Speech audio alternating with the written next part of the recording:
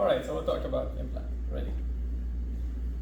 So implant is coming. It's changing the service of dentistry in general because we replace the removable to be fixed. We replace the no retention till we have another option of retention.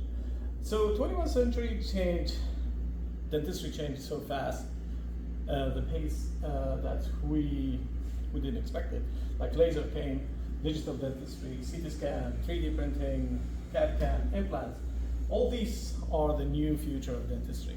So this is CT scan, 3D printing. That's the 3D printing. We have this machine for 3D printing, CAD CAM. So implant is a big deal now.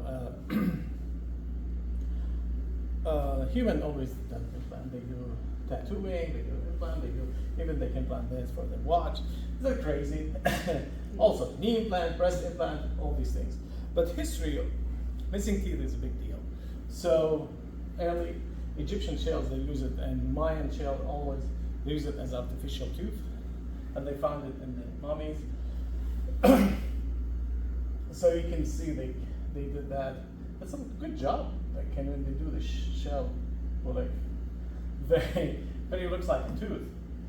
We'll skip this because I think it's fake. Because always they put European would be the first people to do implant. Almost always in all books, but I think this is just fake. They put there because they found a tooth in Italy. 3,000 years. I think it's fake. Anyway, so implant in general started in the 60s, 70s. They didn't do intraosseous implant, they did different implant. This is transosseous, was very popular, but need a maxillofacial surgeon because you're going to do incision here, and you have to go through intraoral incision and extraoral incision to get through that. Missing teeth, denture, especially lower denture, is a big deal. Lower denture, usually non-retentive and stable. So always we have problem with that. So this one was one of the options of treatments, transosseal. Endosteal, the blade system was common in America before the endosteal. You can do the blade and you tap it inside, you make a slit in the bone, you tap that blade, and the elasticity of the bone come back and the friction will hold the blade. Subperiosteal is very big and aggressive because you have to make incision, remove the periosteum. Periosteum is the layer that covers the bone and also supply the bone with the blood supply, nerve supply. Also, the cell that produce bone, they are on the outside in the periosteum, osteoblast. So they remove the incision. With the incision, you remove that periosteal. You take compression and send it to the lab. The lab will create a frame, and you put the frame, you put the periosteum over the frame. Hopefully, the periosteum will grow, create new bone over the frame. That's a periosteal. Is it higher for infections with that one? High infection, you need general surgery. You need very big, because very large from the long recovery. From the ramus to the ramus. You need the surgeon. Endodontic implant was one of the earlier. Also the peak. Some of them they did ceramic implant. All these implants, there is needle implants. So this implant cannot be done with regular dentists. You need a maxillofacial surgeon to do that, an oral surgeon. Because this is the blade system. And even they did acrylic. But guess what? The acrylic failed because we don't use it. They make acrylic tooth, and hopefully the bone will grow inside the acrylic. This is Subperiosteal. It's a big, large surgery, and you need a good dental lab that works with you. If they works next door, but the framing, and it's very difficult surgery. And this is another Subperiosteal flap. It will be like a hinge over the alveolar board like this, and you can do screws over it. So it's still big surgery, and the success rate is not that good. He's the first, he looks like Donald Trump, but he's not, he's the guy who did the blade system. That's the blade system. You make a slit inside the bone and you tap it. and over the bone you create a tooth. This is another plate system.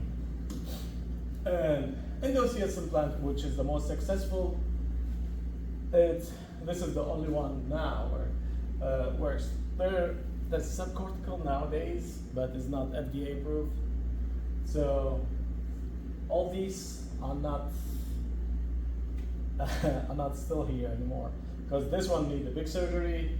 This has a failure rate. Blade system is a little bit has infection and big surgery. What's the cost difference The cost with the is- bigger ones? The bigger one is you need a big surgery. Yeah. You need put the patient to sleep. So it's a lot more expensive. This is Braemar's. He's not a dentist. He's orthopedics. He was working on rabbits. He put screws, titanium screws in rabbit legs, and after a while he's tried to remove the screws. No, the bone fused to that screws, to the screws. So the screws all became part of the bone. So he thought, why can we do that? And he created a dental implant. They start doing the dental implant. This is the early titanium implant. So this is the leg of the rabbits. Look at this. The screw is a part of the bone. It's holding. So that immediately they thought, why can't we do it through teeth? And they start doing, this is controversial picture, but they start doing it on dogs. And they hang the dogs from the teeth, can you see?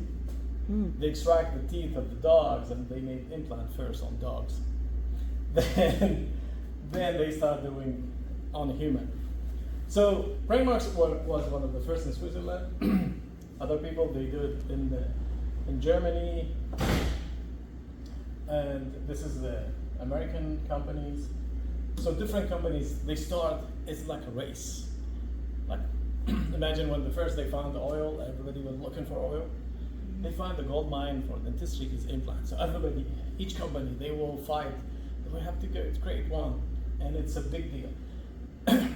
When I was teaching online, the most common course to be taught is dental implant, because everybody wants to learn about it. And NYU, when I was NYU, the courses is about $200,000, and people lined up for that course because implant is the future.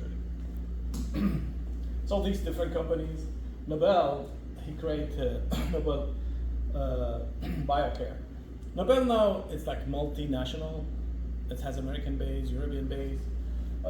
Dentsply was one of the big. Zimmermann, 3M, it's 3M and Zimmermann. Stronan is also German and Switzerland.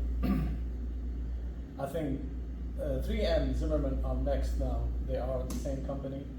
So this is the evolution of first dental implant become the most common implant, Endosteal. It looks like a root shape, the root shape dental implant.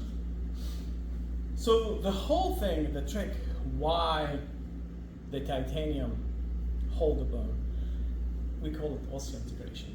The bone will grow inside the roughness of the implant and hold it. That's called osseointegration. And in the 50s, they started doing osseointegration, but until 1983, the real proof of osseointegration happened. And titanium was the first one to be done to be as a pure titanium, as one of the first option to be has osseointegration effect on bone. Also, they use acrylic, ceramic. I told you many other metals from cobalt, but the most successful one was titanium. Titanium oxidation, and it has the inert and less. It has affinity for the tissue to grow around the bone, and they create the osseointegration. Remember the periodic table? Mm-hmm. So titanium is very strong and also light. They use it in airplanes and use it in the army. this is pure titanium. That's the picture of it. This is the first titanium implant. Dr. Zarb, he's the first one who coined the phrase osseointegration. What's osseointegration? A process whereby clinically asymptomatic rigid fixation of alloplastic. Alloplastic material is not autoplastic, it's outside material from the body, is achieved and maintained in bone during functional loading. That's important, functional loading. So you can put teeth, you put denture over them.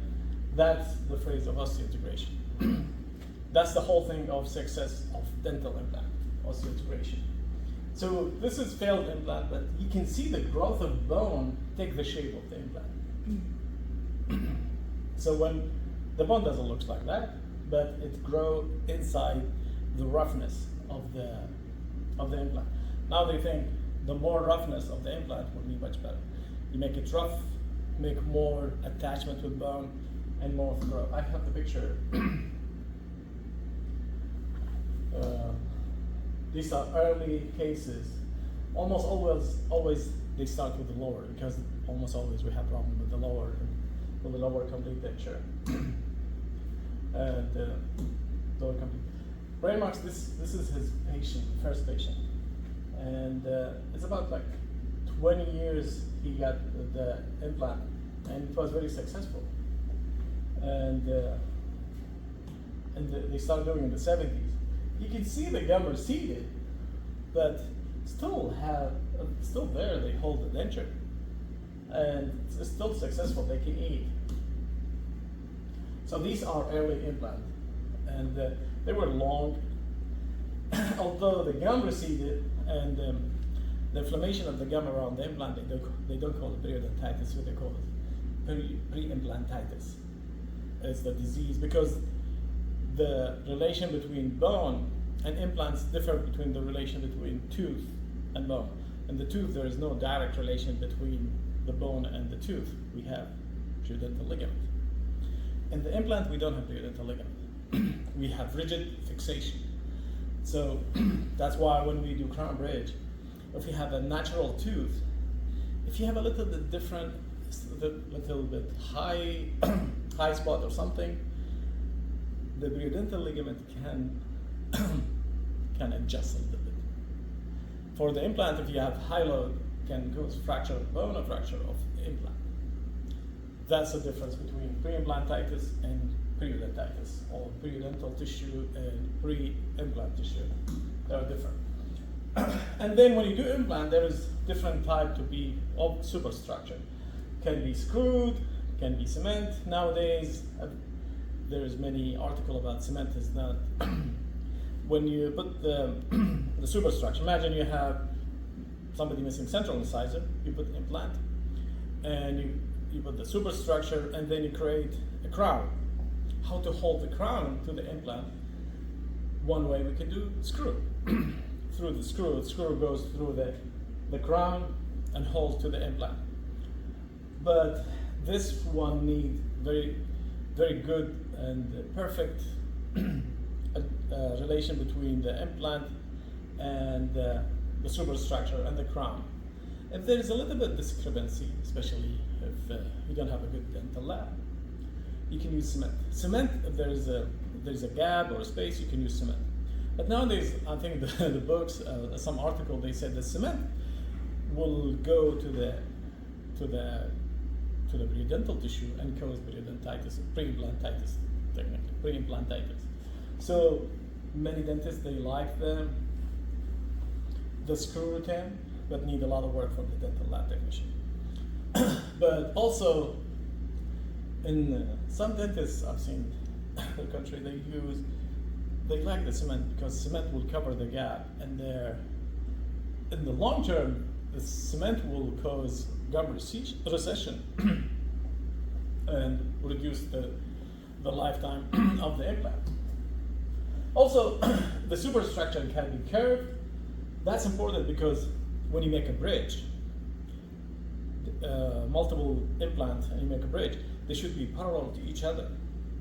But sometimes you're not very good surgeon, you're not very good dentist to do that. They are parallel to each other. Sometimes they are like curved buccally, palatally, lingually. So what do? They have the curved superstructure, and it helps a lot for alignment. But with my experience, they have high chance of fracture. Yes. Why is a fracture? I keep telling my students why there's more fracture in implant more than natural teeth. Natural teeth, we have feedback mechanism.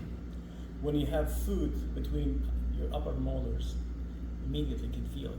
You can feel it. You get floss and you can remove them. That's called perioceptive sensation. It's special sensation nerves in the periodontal ligament. They feel pressure and movement.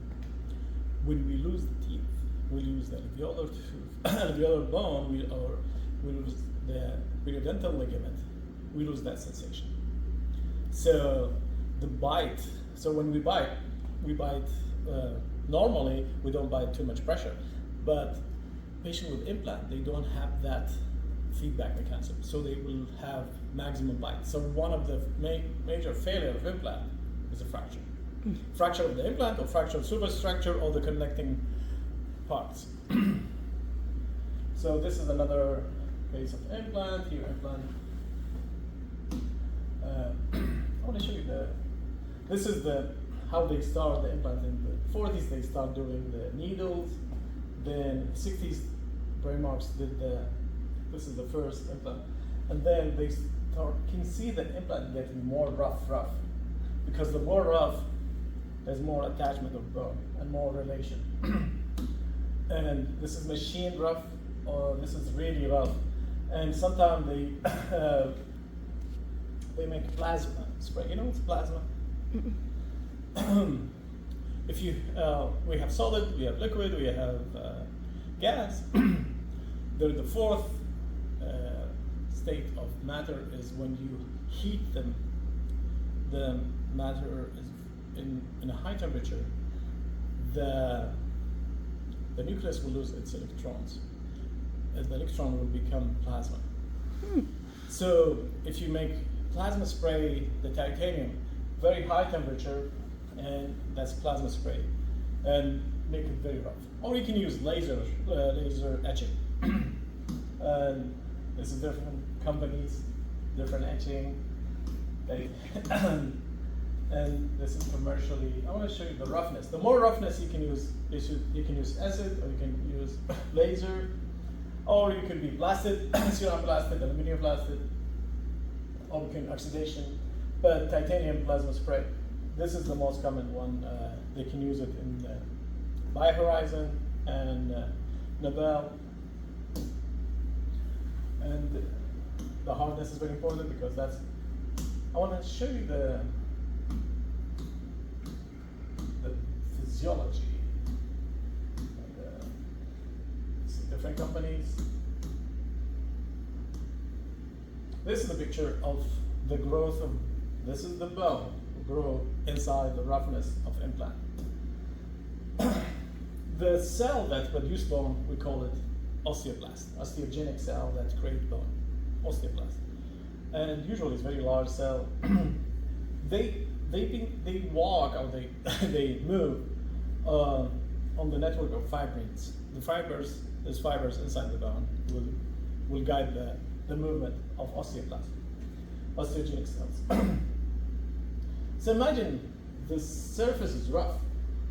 There will be attachment with the fibers here, and the growth of or creation of a new bone will be guided toward the rough area. If the area is smooth like that, it will lead that the osteogenic cells attract to themselves and they create bone away from the smooth surface. They are more attracted to rough surface. That's why osteogenic cell, osteoblast, will like rough surface. They've been attached to that and they start creating bone here.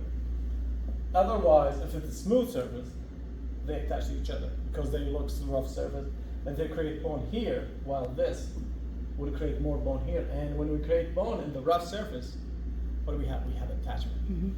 And when we call it osseointegration. That's osseointegration. That's the trick of implant. Make it rough, you will have osseointegration. And these are the early implant. An implant can fail. One of the failure is this one. You lose the implant. Yeah, it can happen. It can happen, especially if you didn't bad oral hygiene, patient with systemic disease. Failure can happen, and so the diagnosis, treatment plan, communication with the dental lab, communication with the surgeon to the dentist, because most of the implant now done by the surgeon, if you have multiple implant.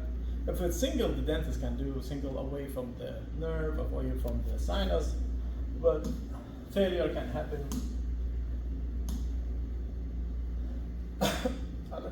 Let's stop here so we can finish later. Okay, we can stop here.